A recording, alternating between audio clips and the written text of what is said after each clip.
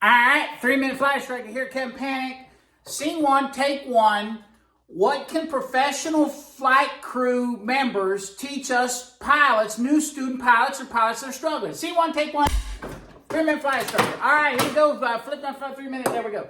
All right, so I was thinking about the flight crew and professional flight attendants, and a lot of folks don't realize that these people are professionals. These people now, they do give you service and serve cards and that, but that ain't their primary function. A lot of people that are flying these days thinking that's the primary function, that these people serve them, you know, cookies and candy and all that stuff. And that ain't right. These are highly trained flight crew members after the cockpit door, all right? And their number one goal and their number one reason for being there is that if there's an emergency, they're going to get you off that plane or do the best they can to get you off that plane in 90 seconds, all right? So that's what they're there for. A lot of people don't understand it. Now, what can we learn from these folks? Now, watch them in action. You know, they got a structure of management. They got a number one flight attendant. So they'll get in there and they'll discuss, and they'll have a team, and number one is assigned, and then they got people, and then it flows down from there. So they got management structure and all that kind of stuff that happens on different flights. Like, they're incredible folks.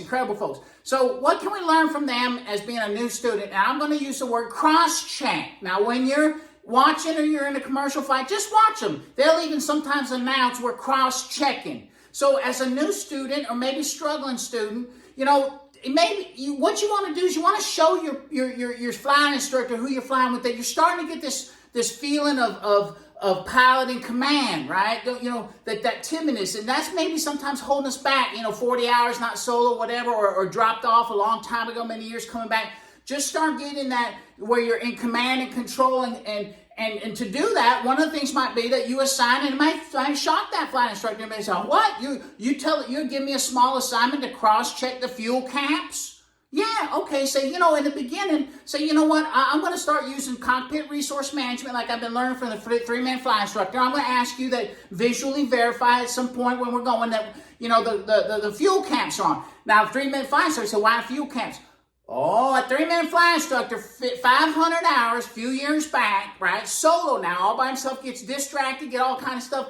You know what he do? He start rolling down, he'd rotate, and he said, you know what, I think I got them fuel caps off. I put it down, taxed it off, told the tire, said, hey, I think I might have left fuel caps off. And he said, just park it right there, I ain't busy. And guess what? Yes, I had left the fuel caps off. Of course, thank goodness got chains on the Cessna 150. They put chains on them things. Otherwise, I'd be having to go down the runway and get them. So anyway, even somebody fully experienced, you know, if you assign a cross-check, a visual, get in that cockpit and say, I visually verified they are, my cross-check, please. And then the flight instructor say, yes. Now you're starting to get that command and control and showing that stuff, and you'll feel better about yourself. All right, it looks like sands of time. I've just run out. 3-minute flight instructor. Time for now. Bye.